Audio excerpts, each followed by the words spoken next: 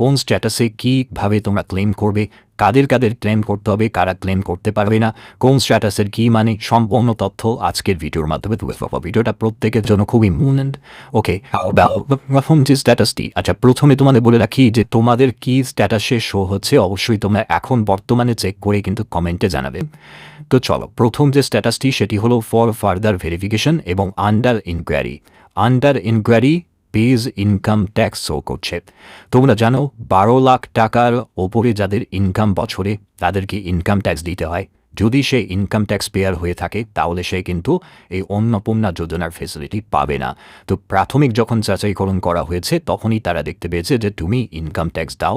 এর জন্য তোমার ফর্মটা কিন্তু এখন সরাসরি কিন্তু তারা রিজেক্ট করছে না, ফর ফার্দার ভেরিফিকেশনের জন্য রাখা হয়েছে। অর্থাৎ তারা একটা ভেরিফিকেশন করছে, যাচাইকরণ করছে, করে দেখে যদি দেখে যে তারা একদম সঠিক যে তুমি ইনকাম ট্যাক্স দাও, তাহলে সেক্ষেত্রে কিন্তু, বা তোমার পরিবারে কেউ ইনকাম ট্যাক্স দেয়, তাহলে সেক্ষেত্রে কিন্তু তোমাদের এই মানে আবেদন যাকে বলে রিজেক্ট হবে, অর্থাৎ তুমি অন্নপূর্ণা যোজনার প্রকল্পে সুবিধা পাবে না। ক্লিয়ার? আচ্ছা, এর পরবর্তী যে স্ট্যাটাসটি সেটি হলো এটা অনেকেরই শো করছে, তোমরা অবশ্যই কমেন্টে জানাবে।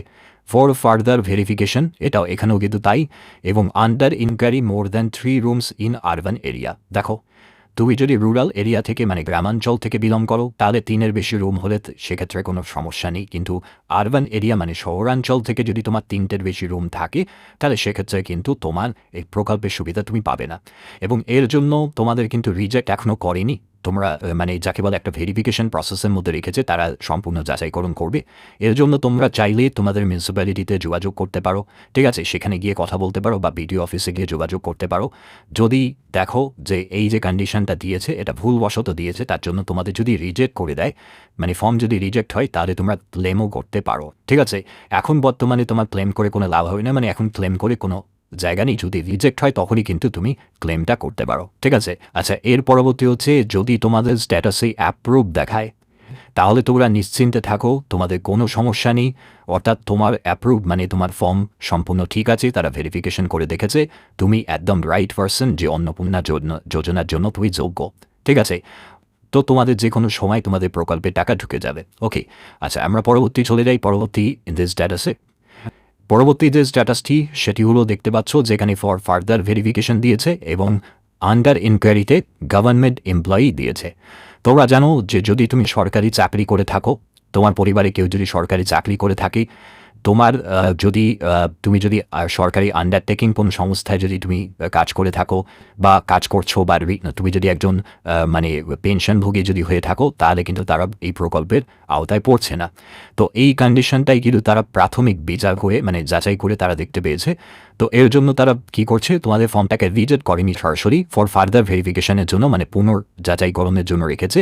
তো যাচাইকরণ করার পরে হতেই পারে তোমাদের ফর্ম যদি দেখে যে না তুমি গভর্নমেন্ট এমপ্লয়ি, সেই তথ্যটা হয়তো লুকিয়েছ, তারা কিন্তু রিজেক্টেড করে দেবে। এবার রিজেক্ট করলে যদি দেখে মানে তোমার যদি মনে হয় যে না এটা ভুলবশত তোমাকে রিজেক্ট করে দিয়েছে, তুমি একজন রাইট পারসন, তোমাদের পরিবারে কেউই গভর্নমেন্ট সার্ভিস করে না বা তুমিও করো না, তাহলে সেক্ষেত্রে তুমি ক্লেম করতে পারো, ঠিক আছে। চলো পরবর্তী আমরা চলে যাচ্ছি, পরবর্তী স্ট্যাটাসে চলে যাচ্ছি।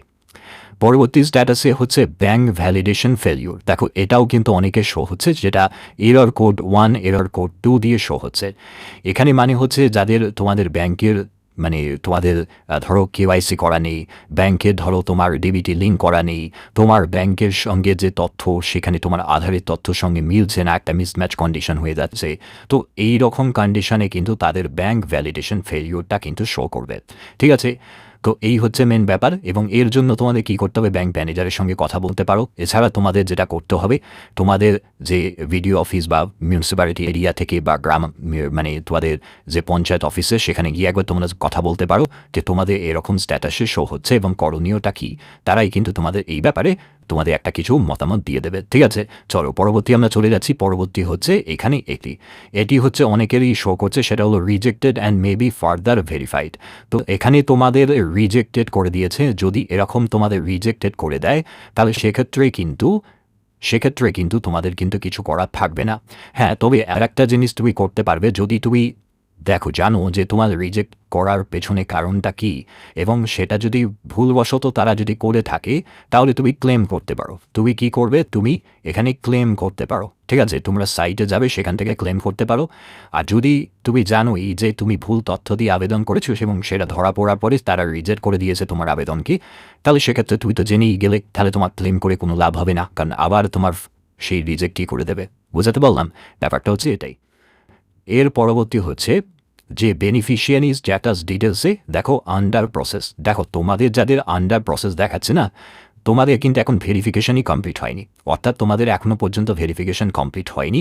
ভেরিফিকেশনটা যখন তোমাদের কমপ্লিট হয়ে যাবে, এই আন্ডার প্রসেস থেকেই তোমাদের হতেই পারে তোমাদের অ্যাপ্রুভ করে দেওয়া হবে। আর যদি ভেরিফিকেশন করার পরে যদি দেখে যে কোনো গণ্ডগোল রয়েছে, ঠিক আছে, তাহলে তোমাদের আবেদনকে রিজেক্টও করে দিতে পারে, ঠিক আছে?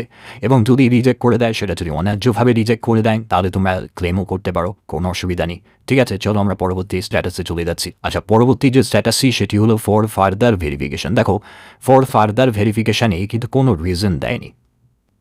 অনেক জানা দেখছিলে আন্ডার ইনকোয়ারিতে দিয়ে দিয়েছে, গভর্নমেন্ট এমপ্লয় দিয়েছে, 3টে পাকা রুম রয়েছে, তো এখানে কিন্তু কোনো রিজন দেয়নি। এরকমও কিন্তু অনেকে শো হচ্ছে যে কোনো রিজন কিন্তু দেয়নি, ফর ফার্দার ভেরিফিকেশন দিয়ে রেখেছে।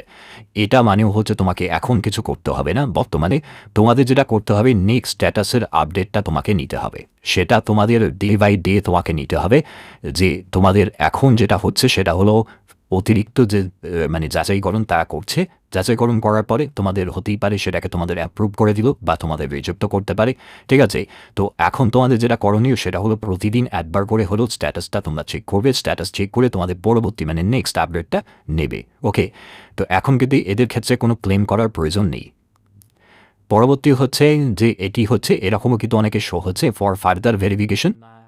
তো এরকমই পরবর্তী হচ্ছে এরকমও অনেকের শো হচ্ছে ফর ফার্দার ভেরিফিকেশন, এবং ASDD এটা শো হচ্ছে। এবার ASDD মানে হচ্ছে তোমাদের অ্যাবসেন্ট, সিপকেট, ডিলিটেড আর হচ্ছে ডুপ্লিকেট। তোমরা জানো যখন SIR এর যে ASDD লিস্ট প্রকাশিত হয়েছিল, যারা মানে অন্য রাজ্যে চলে গেছে, যারা অ্যাবসেন্ট ছিল, ঠিক আছে, যারা মানে ভোটার লিস্ট থেকে বাদ গেছে, মানে নাম ডিলিটেড হয়ে গেছে, ডুপ্লিকেট যারা জাল ভোটার কার্ড বানিয়েছিল, তো তাদের একটা তালিকা প্রকাশিত করেছিল। সেই তালিকায় নিশ্চয়ই এই ক্যান্ডিডেটদের নাম আছে, তার জন্যই তাদের ASDD এখানে আন্ডার ইনকোয়ারির মধ্যে রাখা হয়েছে। তবে এটা কিন্তু ভেরিফিকেশন পর্যায়ে চলছে। ভেরিফিকেশন করার পরে তারা কিন্তু চূড়ান্ত একটা ডিসিশন নিয়ে হয়তো তোমার মানে যদি দেখে যে সত্যিই তারা ASDD লিস্টের মধ্যে ছিল, তাদেরকে রিজেক্ট কিন্তু করে দেবে, ঠিক আছে?